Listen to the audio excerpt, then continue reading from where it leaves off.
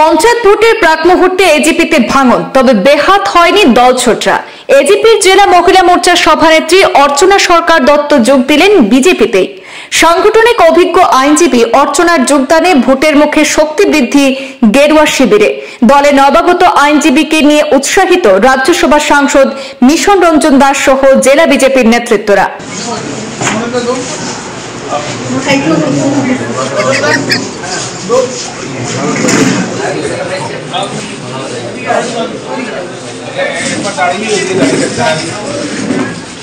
জেলা বিজেপি কার্যালয়ের সাংসদ মিশন রঞ্জন দাসের উপস্থিতিতে অর্চনা সরকার দত্ত প্রায় অর্ধ শতাধিক পুরুষ মহিলাকে সঙ্গে নিয়ে বিজেপি দলের উপর আস্থা রেখে রাজ্যসভার সাংসদ মিশন রঞ্জন দাস এবং জেলা বিজেপির সভাপতি সঞ্জীব বণিক সহ অন্যান্যদের হাত ধরে বিজেপিতে যোগদান করেছেন।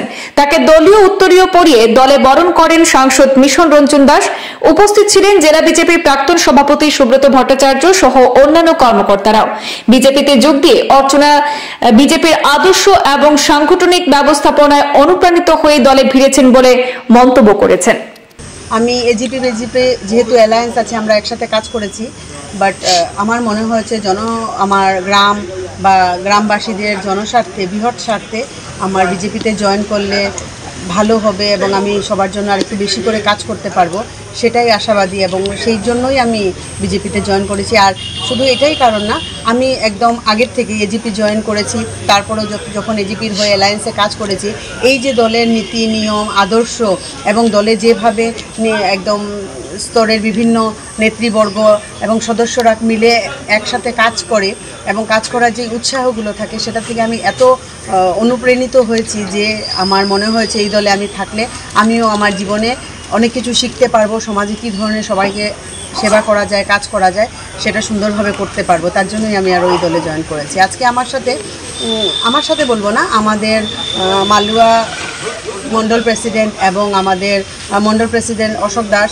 এবং আমাদের উৎপল ঘোষ মহাশয়, দুজনই মণ্ডল প্রেসিডেন্ট, ওনাদের দুজনের নেতৃত্বে আমি আজকে জয়েন করেছি এবং ওনাদের দুজনেরই নেতৃত্বে আমার সাথে আরও 50 জন, অ্যারাউন্ড 50 জন হবে, গণা হয়নি, মোটামুটি 50 জন হবে, সবাই আমরা একসাথে আজকে দলে জয়েন করেছি। আগামীতে আরও আমার যারা ভাই বোনেরা আছে, আমরা সবাই জয়েন করবো। বিজেপিতে অনেক আছে, জয়েনিং হয়নি, তো আগামীতে আশাবাদী তারাও জয়েন করবে। আর আমি খুব বেশি আশাবাদী যে আমি এই দলে এসে কিছু শিখবো, কারণ আমাদের মুখ্যমন্ত্রী হেমন্ত বিশ্ব শর্মা মহাশয় এবং আমাদের এখানে সবার প্রিয় মন্ত্রী কৃষ্ণেন্দু পাল মহাশয়, ওনার আশীর্বাদ নিয়ে আমি নিশ্চয়ই ভবিষ্যতে আরও ভালো কাজ করব।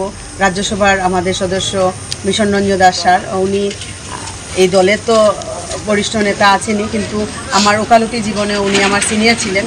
সো ওনাদের সবার আশীর্বাদ, ডিস্ট্রিক্ট প্রেসিডেন্ট সঞ্জীব বণিক মহাশয়, সবার আশীর্বাদ নিয়ে আমি আশাবাদী যে আগামীতে ভালো কাজ করব এবং সবার জন্য যাতে দলের সবার জন্য কাজ করতে পারি, দলের প্রশাসন আমি মেনে চলতে পারি, নিয়ম নীতি মেনে চলতে পারি, এটা চেষ্টা করব, আমি আপ্রাণ চেষ্টা করব। শ্রীভূমি জেলা কমিটি খুব খুশি যে আজকে একজন ভালো অ্যাডভোকেট, যিনি পেশায় ভালো বলতে পেশায় ভালো, শ্রীমতী অর্চনা সরকার দত্ত মহোদয়া আজ ভারতীয় জনতা পার্টিতে যোগদান করেছেন।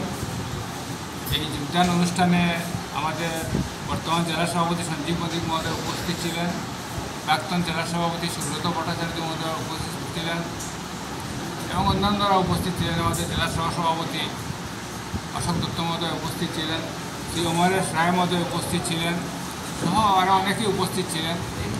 আজকে শ্রীমতী অর্চনা সরকার দত্ত মহোদয়ের সঙ্গে আরও অন্তত 50 জন তিনি অনুরাগী তারাও আজকে একসাথে ভারতীয় জনতা পার্টিতে যোগদান করেছেন। তো তিনি যদিও অসম গণ পরিষদ দলে কাজ করেছেন, কিন্তু আমাদের সঙ্গে সম্পর্ক বেশি ছিল, যেহেতু আসাম রাজ্যে এজিপির সঙ্গে বিজেপির একটা অ্যালায়েন্স আছে, এই জন্য কিছু অপেক্ষা করেছেন,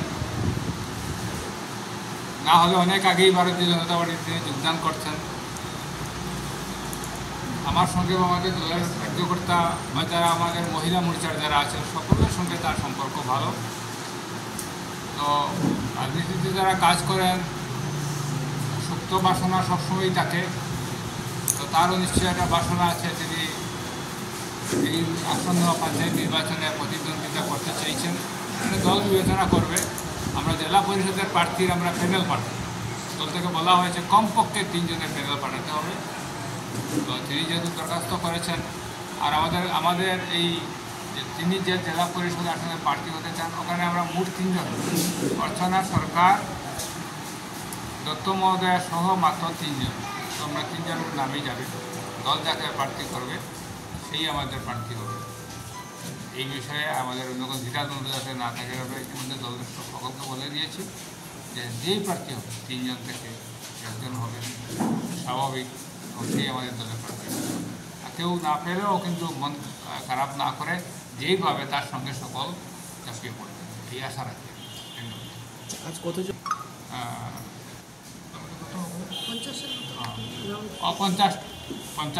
50 আসবে, একদম আমরা গণিনি, কিন্তু এইরকম সংখ্যা হয়ে যাবে। অর্চনা সরকার, দত্ত মহোদয়ের সঙ্গে আর 50 জন আজকে যোগদান করেছে। হঠাৎ করে এই এজিপি থেকে বিজেপি জয়েন করার মূল কারণ কি? আমি তো বলেছি তিনি পঞ্চায়েত নির্বাচনে প্রতিদ্বন্দ্বিতা করার, জেলা পরিষদ আসনে প্রতিদ্বন্দ্বিতা করার একটা অভিপ্রায় দেওয়া আছে। আর যেহেতু আমাদের দল থেকে বলা হয়েছে কমপক্ষে 3 জনের প্যানেল পাঠাতে হবে, এই জন্য ওই আসনে 3 জনই হয়, তাকে নিয়েই 3 জন হয়।